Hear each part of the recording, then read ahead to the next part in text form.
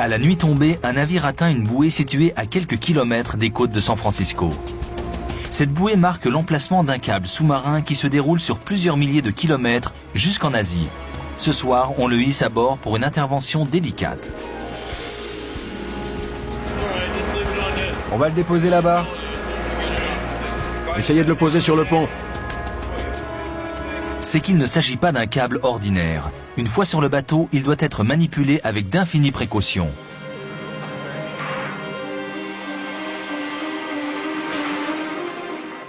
Des heures durant, on ôte les couches successives d'acier et de caoutchouc afin de mettre au jour l'extraordinaire cœur du câble, constitué non de métal, mais de plusieurs dizaines de minces fibres de verre. Ce verre, le plus pur jamais fabriqué, a changé le monde. L'étape cruciale de l'opération consiste à relier le câble asiatique à celui qui regagne les États-Unis.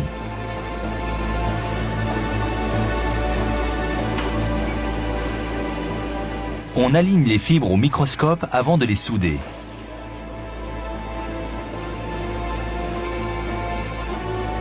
Désormais, informations et données circuleront en continu de San Francisco à Shanghai.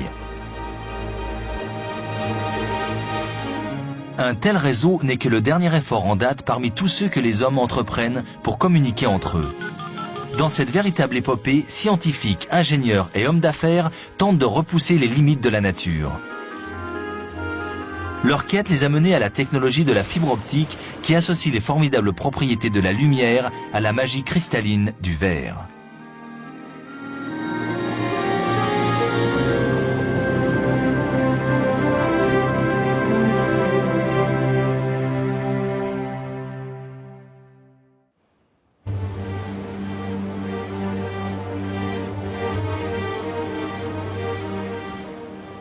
Il y a 3000 ans, on ne pouvait guère faire porter les messages vitaux que par des hommes. Les informations urgentes mettaient plusieurs mois à traverser les mers et les continents.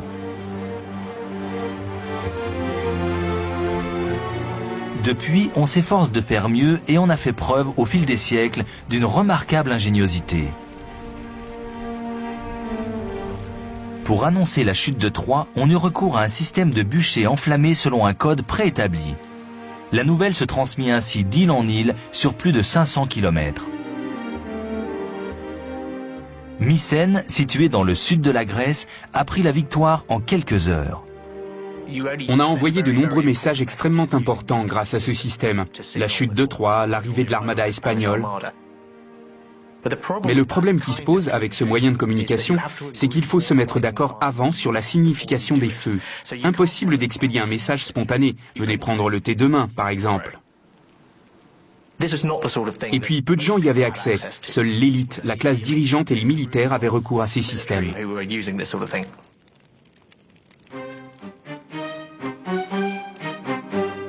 Rien ne change pendant plusieurs millénaires, jusqu'à ce qu'au XVIIIe siècle, un visionnaire français du nom de Claude Chappe entre en scène. L'homme, qui court après la gloire et la fortune, va réaliser une série de hautes tours de communication.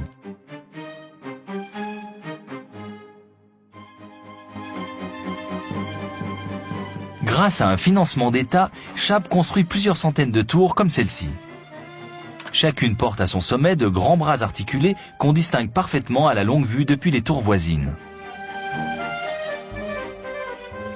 Les diverses positions des bras permettent de représenter toutes les lettres de l'alphabet. Des messages précis, reliés d'une tour à l'autre, circulent ainsi dans toute la France. On pouvait expédier des messages à l'autre bout de la France en quelques minutes. Ils circulaient à plusieurs centaines de kilomètres par heure, bien plus vite qu'un courrier à cheval. Avant, ça aurait été totalement impossible. Napoléon, qui admirait beaucoup l'invention de Chappe, a fait étendre le système à toute la France jusqu'en Espagne. La première chose qu'il a faite lorsqu'il a pris le pouvoir a été d'envoyer un message pour l'annoncer. Mais le dispositif de Chappe présente de lourds inconvénients.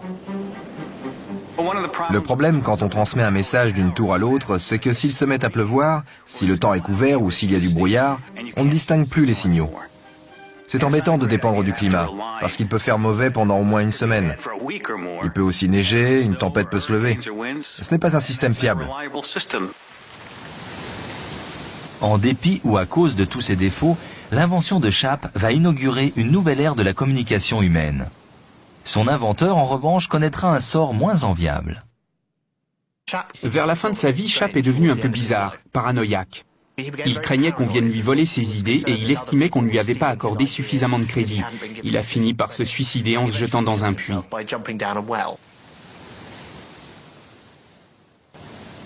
Peu après, l'œuvre de sa vie se trouve éclipsée par un moyen de communication plus performant. Le télégraphe, efficace de jour comme de nuit et par tous les temps. Grâce au code Morse, dans lequel les lettres de l'alphabet deviennent des combinaisons de points et de traits, la nouvelle invention part à la conquête du monde des affaires.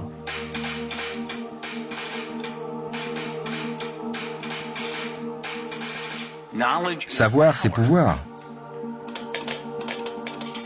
Si dans le domaine des affaires, vous apprenez quelque chose un peu avant les autres, vous aurez une longueur d'avance. Faire circuler rapidement l'information d'un bout à l'autre de la ville, du pays ou du monde, ça compte donc énormément pour le monde des affaires. Vers le milieu du 19e siècle, ceux qui ont de quoi payer pour faire envoyer des télégrammes communiquent ainsi à toute vitesse et sur de longues distances. Toutefois, ils ne peuvent le faire que sur la terre ferme. Les océans constituent en effet un terrible obstacle.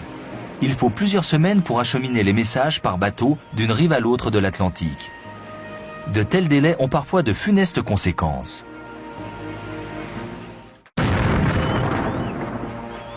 En 1815, les troupes anglaises livrent bataille contre l'armée américaine à la Nouvelle-Orléans. Le combat, qui dure plusieurs jours, va faire des milliers de victimes. Pourtant, la guerre est terminée depuis plusieurs semaines.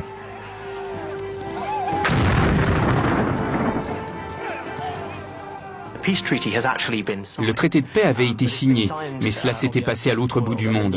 Les soldats n'avaient pas encore appris la nouvelle. Cette bataille s'est donc avérée aussi meurtrière qu'inutile.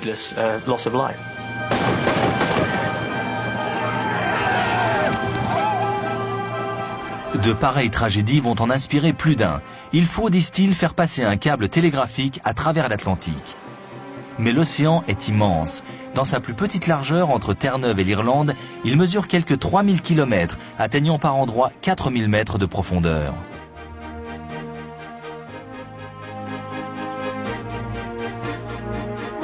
Le défi est de taille, mais l'entrepreneur Cyrus Field y voit aussi une formidable opportunité.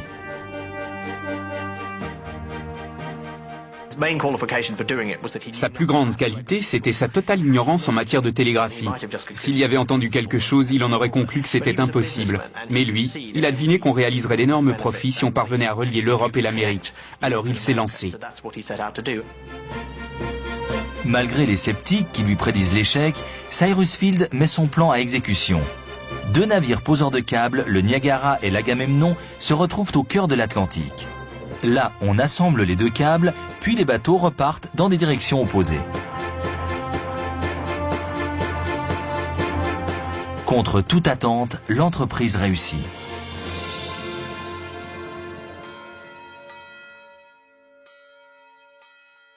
La reine Victoria et le président américain Buchanan échangent des messages de politesse. La reine est très heureuse de communiquer ainsi avec le président et de lui renouveler ses vœux de prospérité pour les États-Unis. Mais quelques semaines plus tard, un court-circuit se produit. Le câble ne fonctionne plus. Soit ils essayaient de le réparer, soit ils décidaient de reprendre la pose du câble dans son intégralité. Quand votre câble se trouve à plusieurs kilomètres sous la surface de l'océan, vous ne pouvez guère que lever les bras au ciel. Il faut poser un nouveau câble, on ne peut pas récupérer le premier au fond de l'océan. Le nombre de tentatives qu'ils ont effectuées prouve l'importance qu'ils accordaient à cette liaison transatlantique. Nullement découragé par ses revers, Cyrus Field retourne aux planches à dessin. Il exige qu'on revoie la conception du câble.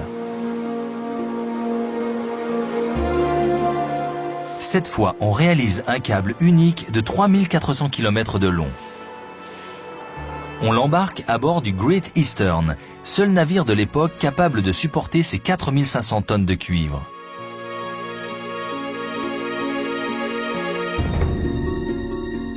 En juillet 1865, le bâtiment appareille pour Terre-Neuve.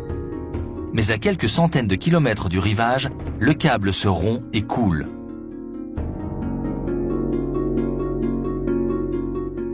Cyrus Field s'acharne et en juillet 1866, après 12 années d'efforts, il réalise enfin son rêve. Dès lors, les deux continents ne se trouveront plus jamais séparés l'un de l'autre. L'entrepreneur se lance ensuite dans d'autres aventures, mais d'investissements hasardeux en associés malhonnêtes, il perd toute sa fortune. Il mourra dans la misère en 1892. En attendant, le succès est éclatant. Néanmoins, un problème essentiel se pose. Chaque câble ne peut transmettre qu'un seul message à la fois. Les compagnies de télégraphe ne peuvent en tirer suffisamment pour satisfaire la demande. Les inventeurs vont donc tâcher de faire passer plusieurs signaux sur un seul câble. Parmi les novateurs se trouve un professeur qui enseigne auprès des sourds, Alexander Graham Bell. Pour augmenter la capacité des câbles, il propose d'utiliser le multiplex, un système de son invention. Les signaux télégraphiques y apparaissent comme autant de notes de musique.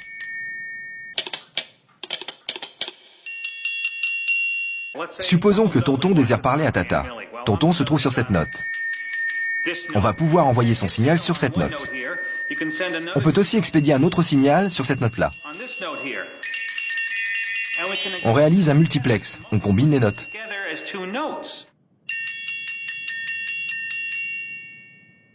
Bell a tôt fait de comprendre qu'en associant plusieurs messages sur un câble unique, on peut aller bien au-delà du seul télégraphe et de ses progrès. Il découvre alors presque par accident, tandis qu'il règle son appareil de télégraphie multiplex, que la voix peut aussi circuler dans les câbles. Or, son père était enseignant auprès des sourds et lui-même leur apprend à parler. Il tient donc énormément à cette histoire de voix.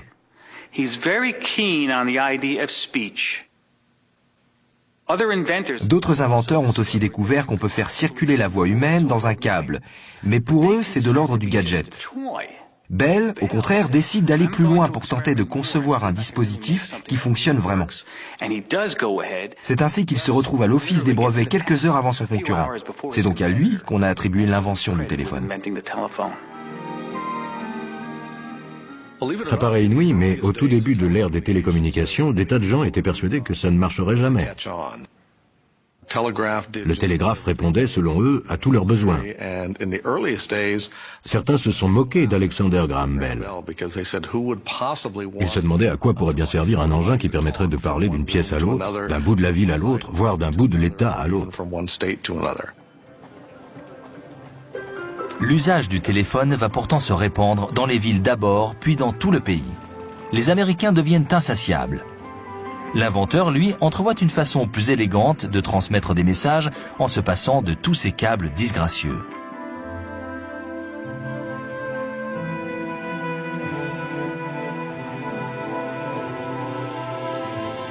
En 1880, Bell dépose un brevet pour un nouvel appareil de communication.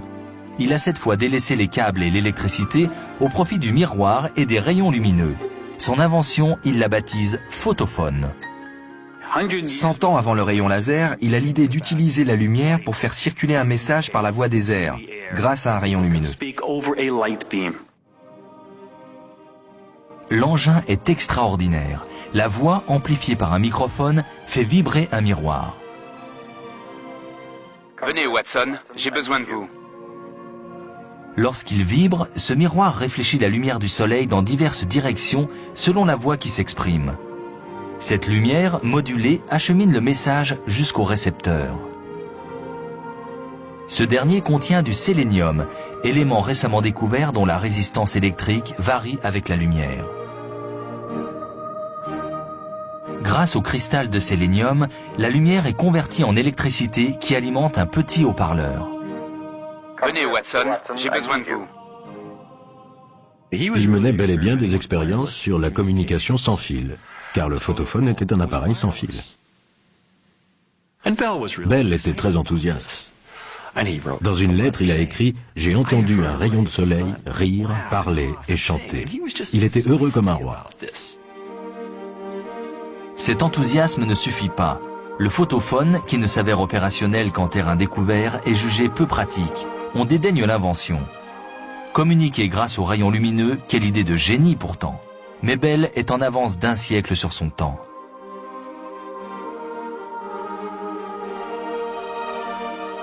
Avant de pouvoir exploiter la lumière, les chercheurs doivent en effet découvrir un moyen de la guider, de même qu'on fait circuler l'électricité dans des câbles. Dès l'époque de Bell, certains physiciens ont déjà leur petite idée sur la question, mais ils se passionnent d'abord pour son aspect ludique. Le principe mis au jour est celui de la réflexion totale. Grâce à lui, on impressionne les curieux en leur montrant qu'un rayon lumineux pointé sur un jet d'eau en suit la courbe à mesure qu'il retombe.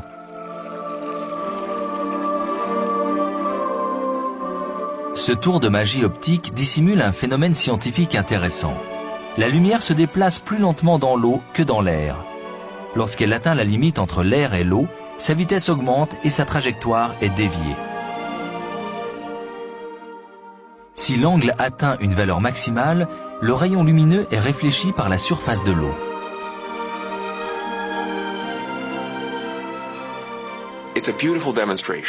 C'est splendide.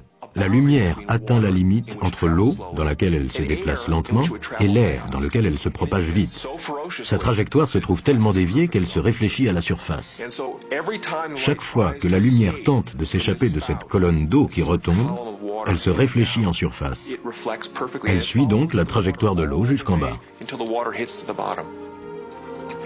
100 ans plus tard, le principe de la réflexion totale participera à l'avènement de l'ère de la communication globale.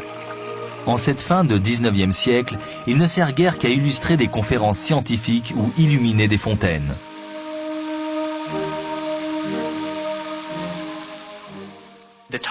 Ni l'époque, ni la technologie d'alors ne sont propices. Et puis le besoin ne s'en fait pas sentir.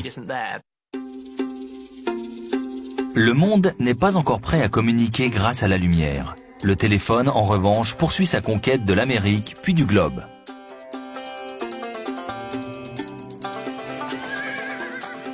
À l'aube du XXe siècle, la radio s'en mêle. Avec cette découverte capitale, on entame un nouveau chapitre de l'histoire des communications. On peut désormais faire circuler de nombreuses informations en se passant des câbles de cuivre.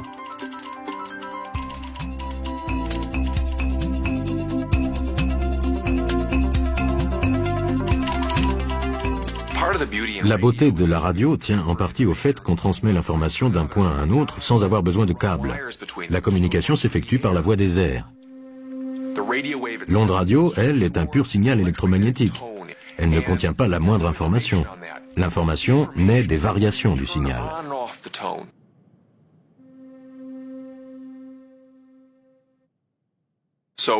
Si on fait osciller une onde radio, le récepteur situé à l'autre bout peut observer ces oscillations, s'il est équipé. C'est comme ça qu'on fait circuler l'information. Le signal télégraphique transmet un message sous forme de traits et de points. L'onde radio, elle, convertit l'information en mouvement oscillatoire. Plus les oscillations sont rapides, plus on peut encoder d'éléments.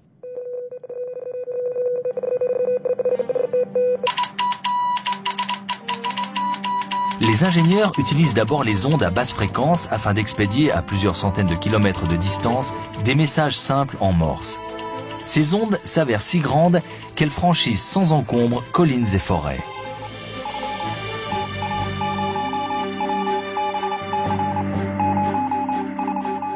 Par contre, elles véhiculent peu d'informations, car si on les fait osciller plus vite, elles se détériorent.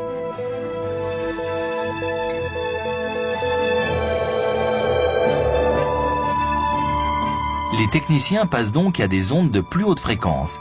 Les oscillations se succèdent plus vite, la quantité d'informations transmises augmente.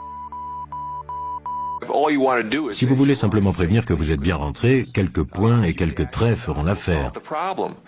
Mais si vous comptez envoyer du son, votre symphonie préférée, ou le son de votre voix, c'est autre chose.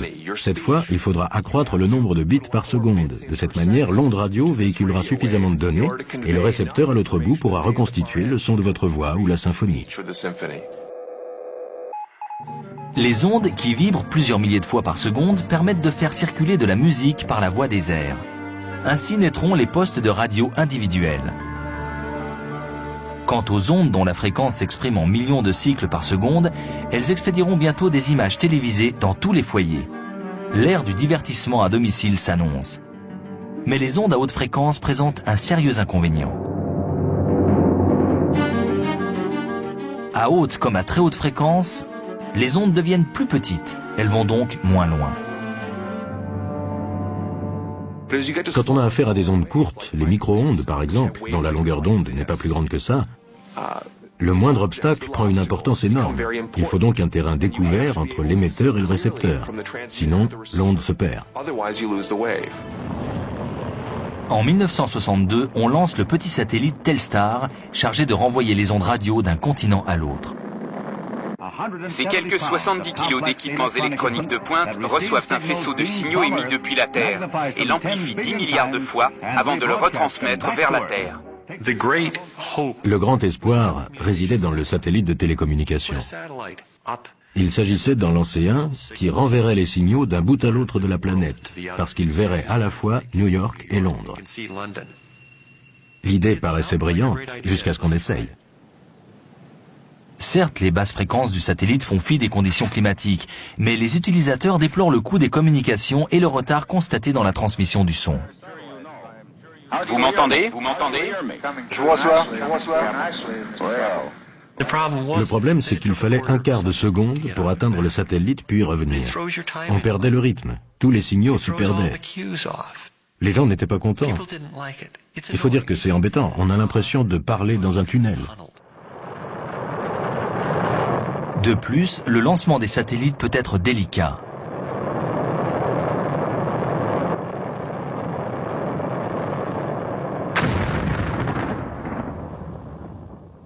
Pourtant, lorsque tout fonctionne, la communication s'avère de meilleure qualité qu'avec le télégraphe sous-marin. Mais une nouvelle invention qui date de 1958 ne va pas tarder à surclasser toutes les autres. Il s'agit du laser.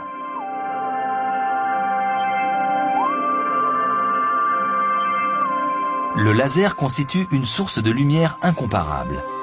Lorsque la société Bell Labs en dépose le brevet d'invention, on n'entrevoit guère l'influence qu'il aura dans le domaine des communications. Les scientifiques ont d'autres applications en tête.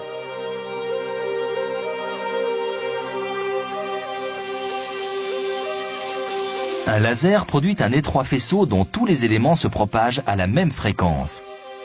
Un tel rayon constitue donc un outil d'une extrême précision. Selon sa taille et sa puissance, le laser peut servir à tout, de la découpe du métal à la recherche scientifique.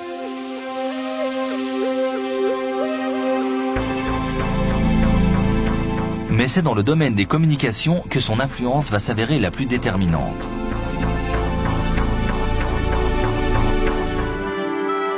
La très haute fréquence du faisceau laser lui permet de véhiculer une quantité d'informations gigantesques. Mais comme à l'accoutumée, c'est la météo qui pose problème.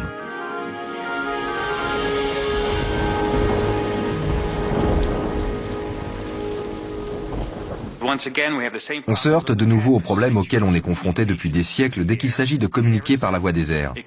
Ce problème, c'est l'air lui-même. Si le temps est à la pluie ou s'il est couvert, il arrête le faisceau laser. Il faut donc trouver un moyen de l'envelopper comme dans un câble. Mais les câbles ne laissent pas passer la lumière. Un câble coaxial traditionnel ne fera donc pas l'affaire. Il faut concevoir quelque chose de transparent, qui transmette parfaitement la lumière d'un bout à l'autre.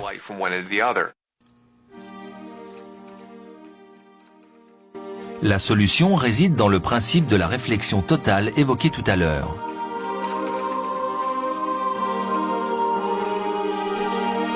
En effet, si un filet d'eau peut guider un rayon lumineux, ce dernier peut aussi voyager dans une substance transparente plus commode que l'eau, le verre.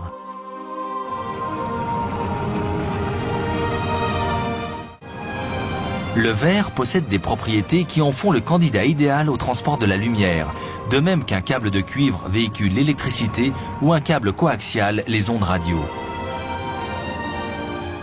Ce sont pourtant les médecins qui les premiers vont tirer profit de ces capacités, des médecins qui veulent à tout prix voir de l'intérieur le ventre de leurs patients.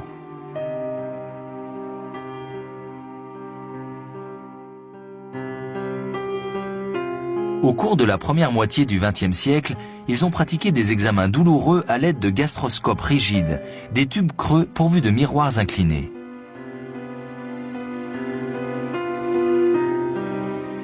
En 1956, Lawrence Curtis, étudiant de premier cycle à l'Université du Michigan, va réaliser dans le cadre d'un projet de physique un instrument moins barbare. Pour ce faire, il a recours à des fibres de verre souples.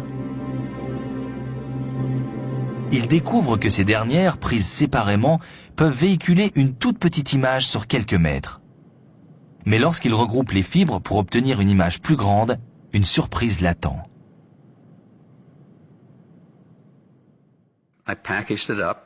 Je les ai réunis, puis je suis allé voir l'image obtenue pour savoir si j'avais brisé beaucoup de fibres.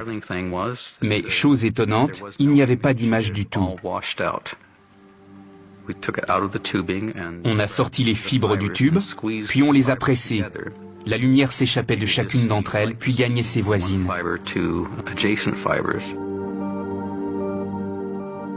Curtis ne tarde pas à comprendre ce qui cloche. Si une fibre est entourée d'air, le rayon lumineux en demeure prisonnier, en vertu du principe de réflexion totale. Mais si on presse les fibres les unes contre les autres, le phénomène ne se produit plus. La lumière s'échappe.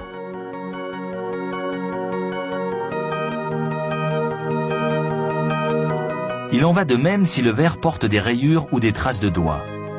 Le problème paraît insurmontable, mais bientôt, le chercheur a une brillante idée. Et si on remplaçait l'air autour du cœur de verre par une gaine de verre encore plus pure?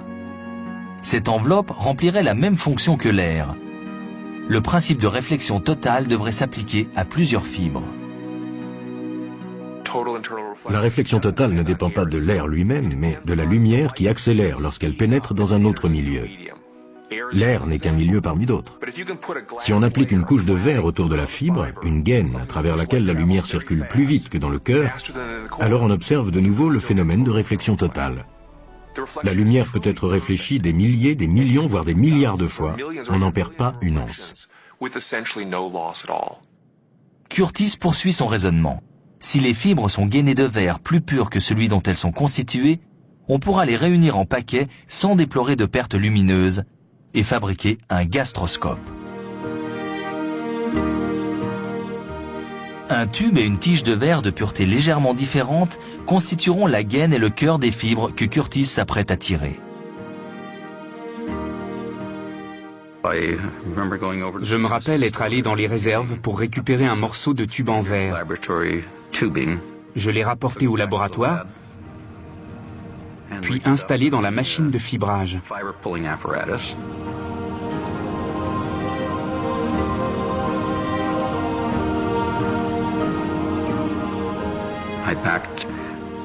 Je suis sorti de la pièce à reculons et j'ai continué jusqu'au bout du hall, qui devait mesurer entre 12 et 15 mètres de long. À l'extrémité de la fibre, je distinguais toujours la lueur du four. C'était la première fois que je faisais cette observation sur une telle distance. À l'aide des nombreuses fibres qu'il a tirées, le chercheur fabrique un gastroscope. Quelques semaines plus tard, on expérimente l'engin sur un patient de l'hôpital voisin. C'était phénoménal. Pour la première fois de ma vie, ou presque, j'ai su que je tenais là quelque chose qui allait s'avérer d'une grande portée. Moins d'une décennie plus tard, l'endoscope à fibre optique a trouvé sa place dans l'arsenal de la médecine ordinaire. Tout le monde est prêt? Grâce à cet instrument, le docteur Lart va pouvoir ôter les endoprothèses posées plus tôt dans le pancréas de son patient sans lui faire subir de chirurgie invasive ni d'anesthésie générale. Le médecin s'apprête à explorer avec un paquet de fibres optiques l'appareil digestif du malade qui restera conscient pendant tout l'examen. La gastro-entérologie a changé. À partir de la fin des années 1960, l'endoscopie s'est imposée et grâce à elle, on a pu se passer de la chirurgie pour la première fois. Je vais vous glisser un anneau en plastique entre les dents. Il restera en place pendant toute la durée de l'intervention. Les fibres elles-mêmes sont minuscules. Un paquet d'à peine quelques millimètres de diamètre peut en contenir plusieurs milliers. Ce paquet de fibres optiques s'avère très souple. On va y aller. C'est au début que c'est le plus désagréable. Comme l'endoscope est flexible, il nous permet d'atteindre des zones de l'appareil gastro-intestinal auxquelles on n'avait pas accès avant l'endoscopie. On descend le long de l'œsophage. Voici l'estomac. La plupart de nos patients sont pris en charge en consultation externe. Ils viennent dans notre service, ils y subissent leur examen ou leur traitement, puis rentrent chez eux. Aujourd'hui, le gastroscope est devenu davantage qu'un simple outil d'observation. Les chirurgiens peuvent aussi opérer grâce à lui, car le tube dans lequel passent les fibres optiques se double d'un conduit muni d'instruments. Ça, c'est une anse diathermique, dont la forme me permet de récupérer une endoprothèse, par exemple. Je vais faire remonter ça par le conduit. Dès la fin des années 1960, l'endoscope à fibre optique est devenu monnaie courante.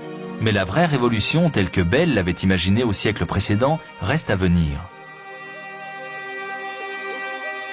Puisque la fibre de verre rapporte des images depuis l'intérieur du corps humain, elle devrait aussi pouvoir faire circuler à travers le monde un faisceau laser que sa pureté permet de charger d'une multitude d'informations.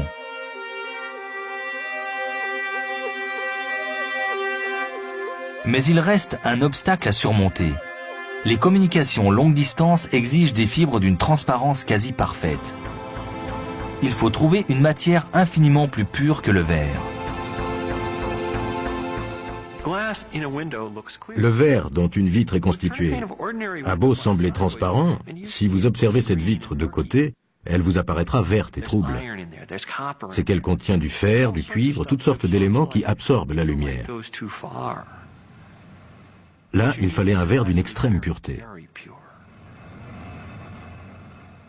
Pour que le rêve de la communication optique devienne réalité, il faut fabriquer un verre sans défaut, un verre assez pur pour transporter la lumière sur plus d'1 kilomètre.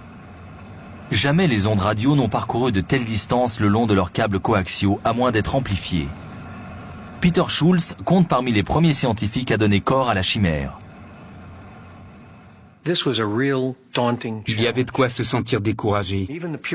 Même les fibres composées du verre le plus pur qui soit ne véhiculaient le signal que sur environ 3 mètres. Au-delà, on perdait le signal. Personne ne savait si c'était faisable. À la fin des années 1960, Peter Schultz, Don Cake et Bob Maurer se proposent d'y parvenir. Pourtant, la société qui les emploie fabrique surtout des ustensiles de cuisine.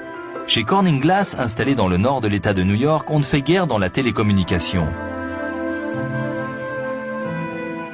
La logique voudrait qu'on sélectionne le verre le plus pur pour tâcher de le purifier encore. Mais Bob Maurer, qui dirige les recherches, propose autre chose.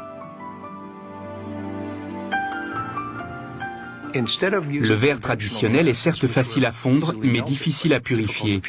À la place, il nous a donc suggéré d'utiliser un verre de composition élémentaire, le verre de silice.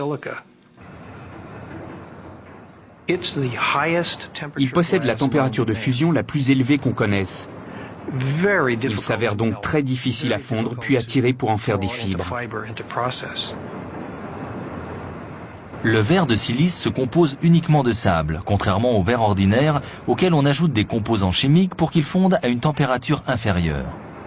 Jusqu'ici, Corning Glass n'en a utilisé que pour fabriquer entre autres de grands miroirs de télescope. Les 3 chercheurs, eux, vont en tirer des fibres optiques. Hélas, un nouvel obstacle surgit. Si on adopte la technique du tube et de la tige, mise au point par Curtis pour fabriquer ces fibres d'endoscope, on laisse passer trop d'impuretés. Quand on introduit une tige dans un tube, on emprisonne toutes sortes de saletés, ainsi que des bulles d'air. Tous ces éléments provoquent la dispersion de la lumière à mesure qu'elle se déplace dans la fibre.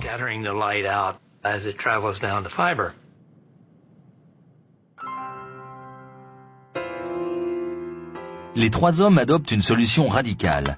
Ils abandonnent la tige de verre. Pour fabriquer le cœur de leurs fibres, ils projettent sur les parois d'un tube en verre de la silice additionnée d'une quantité infime d'impuretés.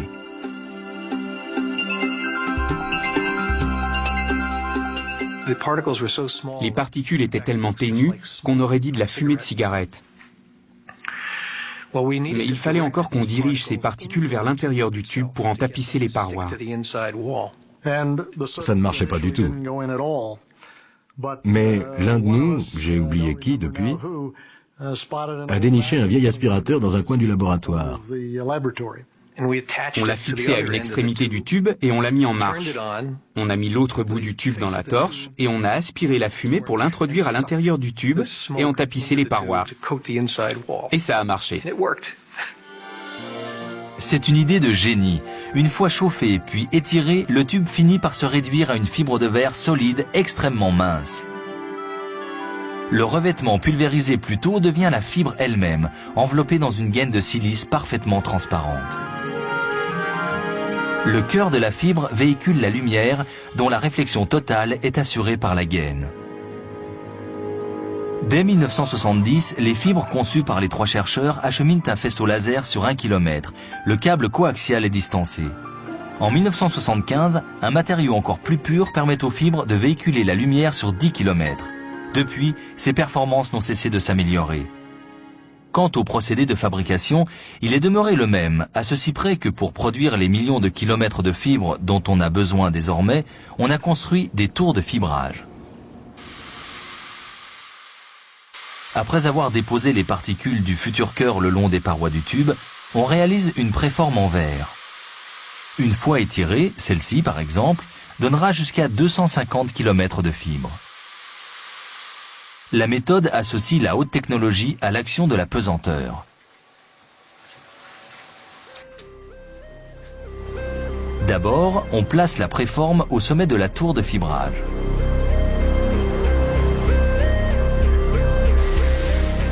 On la fixe, puis on la fait descendre dans un four qui brûle à plus de 2000 degrés.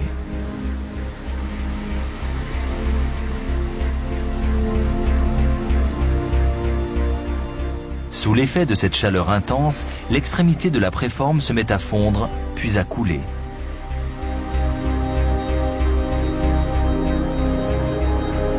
Le tube se resserre sur lui-même.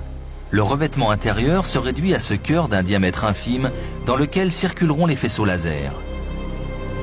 L'extérieur de la préforme, lui, devient la gaine de la fibre. À mesure que le verre s'écoule, il s'amincit jusqu'à devenir aussi fin qu'un cheveu.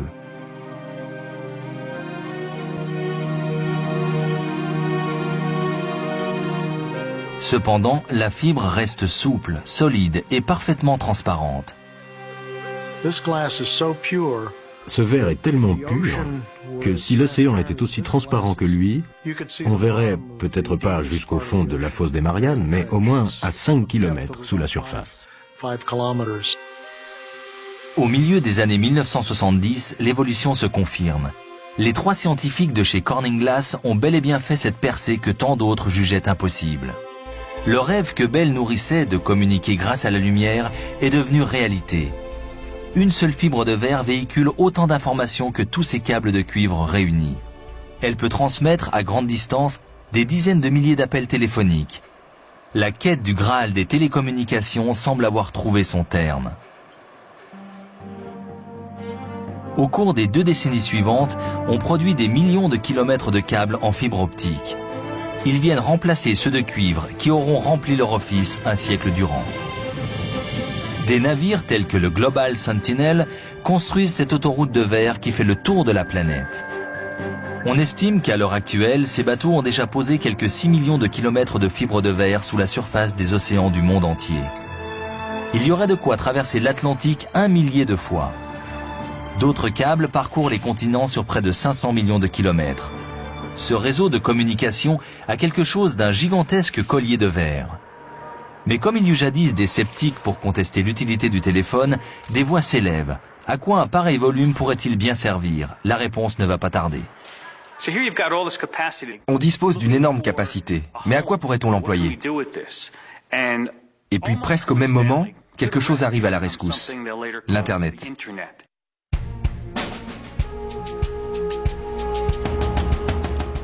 Aujourd'hui, le réseau optique mondial prend en charge les connexions Internet, chaque jour plus nombreuses, mais aussi les échanges commerciaux et bancaires internationaux.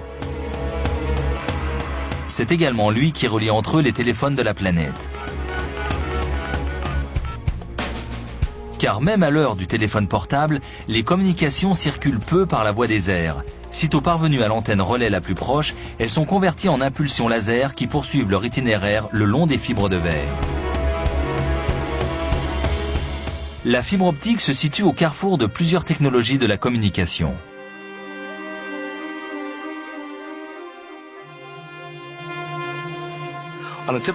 Un jour normal, nous gérons environ 300 millions d'appels vocaux pour l'ensemble du réseau et nous traitons 1700 téraoctets de données.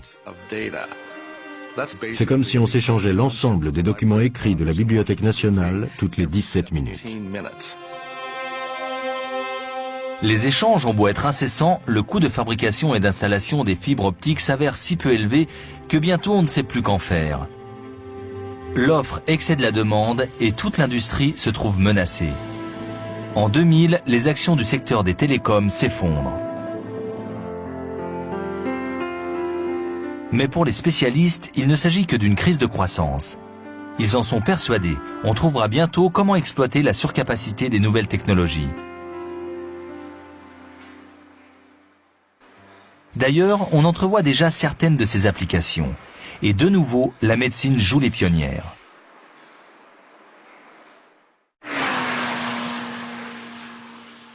North Bay, dans le nord du Canada, s'apprête à devenir le théâtre d'une formidable expérience. L'état de ce patient nécessite une intervention chirurgicale délicate afin d'empêcher le contenu de son estomac de refluer vers l'œsophage. Il va falloir procéder à plusieurs minuscules incisions à l'aide d'un laparoscope à fibre optique et d'instruments spécialement conçus.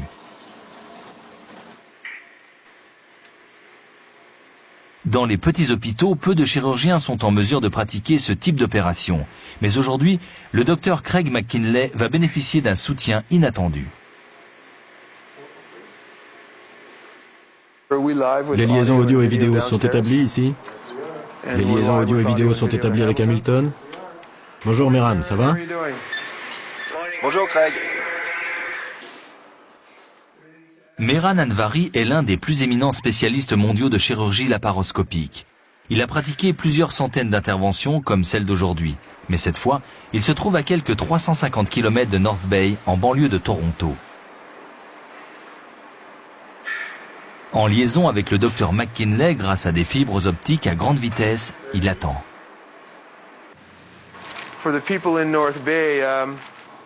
Ici, à North Bay, il est évident que tout le monde comprend à peu près ce qui va se passer aujourd'hui. Grâce à cette collaboration, nous allons opérer, pour le débarrasser de ses brûlures d'estomac, un jeune homme qui souffre d'un grave reflux gastro-œsophagien. Le docteur Anvari se trouve à 350 km à Hamilton et moi ici, à North Bay. Le docteur Anvari ne se contente pas d'observer en dispensant ses conseils. Grâce à l'alliance des fibres optiques et de la robotique, il prend une part active à l'intervention elle-même.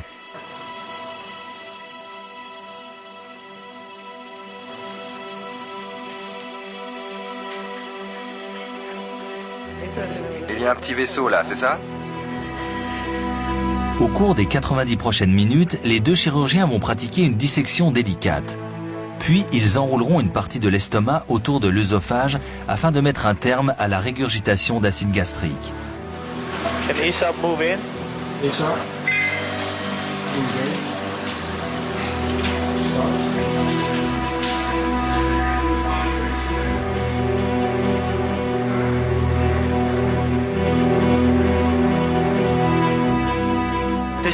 Grâce à cette technologie, j'ai l'impression de me trouver dans la salle d'opération de North Bay, à côté du patient en train de pratiquer une intervention conventionnelle.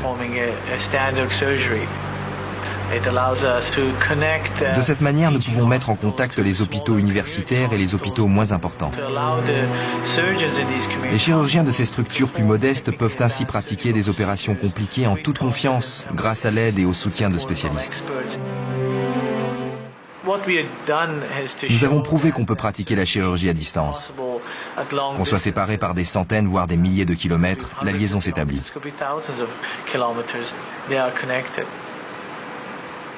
Ça ressemble beaucoup à ce qu'était Internet il y a quelques dizaines d'années. On a affaire à un réseau dédié aux soins médicaux et chirurgicaux. Depuis que ce concept a prouvé sa viabilité, on lui porte un intérêt croissant. L'armée a demandé des précisions au docteur Anvari. Quant à la NASA, elle envisage de pratiquer un jour des interventions à distance à bord de ses stations spatiales.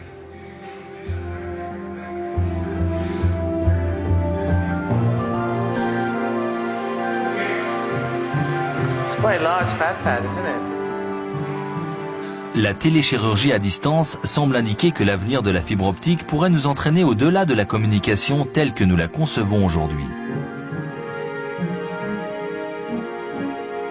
Nous continuerons de parler, d'écouter et de regarder de loin, mais nous pourrons aussi agir. Et si l'histoire se répète, la fibre optique finira sans doute par être détrônée.